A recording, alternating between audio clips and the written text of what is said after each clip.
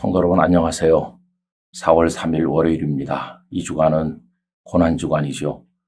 어떤 방법으로든지 예수님의 고난에 참여하는 마음을 가지고 한 주간을 살아가시기를 바랍니다.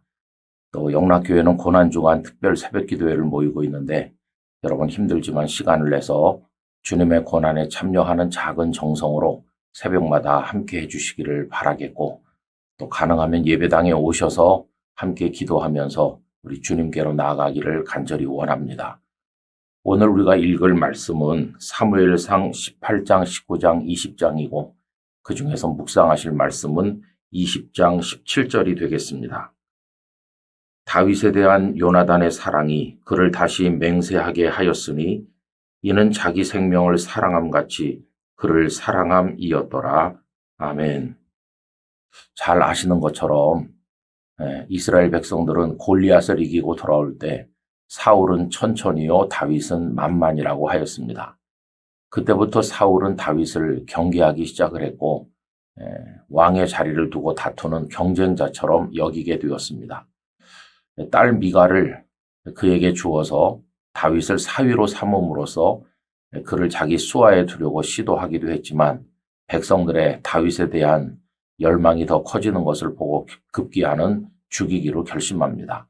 그의 집에 자객을 보내기도 하지 않았습니까? 위험이 점증하는 가운데 다윗은 이제 갈 방향을 확정하지 않으면 안 될 코너로 몰리게 되었습니다. 계속해서 사울 왕 앞에 있어도 되는 것인지 아니면 안전을 찾아 멀리 떠나야 되는 것인지를 결정해야 되는데 사울의 진정한 의중을 전해줄 사람이 필요했습니다. 그는 다름 아닌 사울 왕의 아들 요나단이었습니다. 요나단은 다윗이 골리앗을 이긴 이후부터 끔찍이 그를 사랑했는데 여인이 사랑하는 것보다 요나단의 사랑이 더 컸다고 말씀하고 있지요. 이제 두 사람은 만나서 의중을 서로 나누게 됩니다. 그러면서 요나단이 다윗에게 약속하죠. 내가 아버지의 뜻을 꼭 알아서 너에게 알려주고 도망할 수 있도록 해주겠다. 그러면서 맹세를 하게 되는데 다음과 같습니다. 20장 13절로 16절을 읽어드립니다. 그러나 만일 내 아버지께서 너를 해치려 하는데도 내가 이 일을 네게 알려주어 너를 보내어 평안히 가게 하지 아니하면 여호와께서 나 요나단에게 벌을 내리시고 또 내리시기를 원하노라.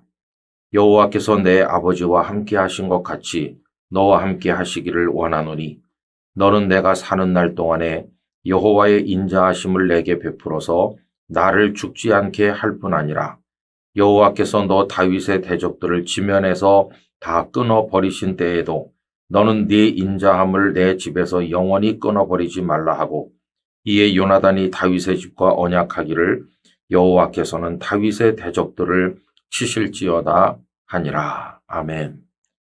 자, 이렇게 해놓고 오늘 본문에서 보는 대로 요나단이 다윗을 사랑했기 때문에 한 번 더 언약, 맹세를 했다는 겁니다. 정말 너를 안전히 도피하도록 도와주겠다. 이렇게 했다는 것입니다. 여러분 성경에서 저는 가장 아름다운 사람 중에 한 사람이 요나단이라고 생각합니다. 오늘 제목에서 다윗과 요나단 이렇게 정한 것을 우리가 읽었는데요. 어떤 의미로는 요나단을 앞세워서 요나단과 다윗이라고 하는 게 옳겠습니다. 사실 생각해보면 다윗이 없었다면 다음 왕위를 이을 사람은 요나단이었어요. 그런데 요나단은 자신의 왕좌를 기꺼이 다윗에게 넘겨주면서 다윗을 보호하는 거 아닙니까? 그러니까 결코 쉬운 일은 아니에요. 제가 요나단을 정말 아름다운 사람이라고 여기는 이유 첫째, 그는 친구에 대한 우정을 다하였습니다. 다윗을 얼마나 사랑했는지 그를 안전하게 도피하도록 도와주고 그가 기꺼이 자신의 왕위에 앉는 것을 마다하지 않았으니 그 우정이 진짜였습니다. 둘째로 그는 부친 사울에 대해서도 아들로서의 분분을 다했습니다.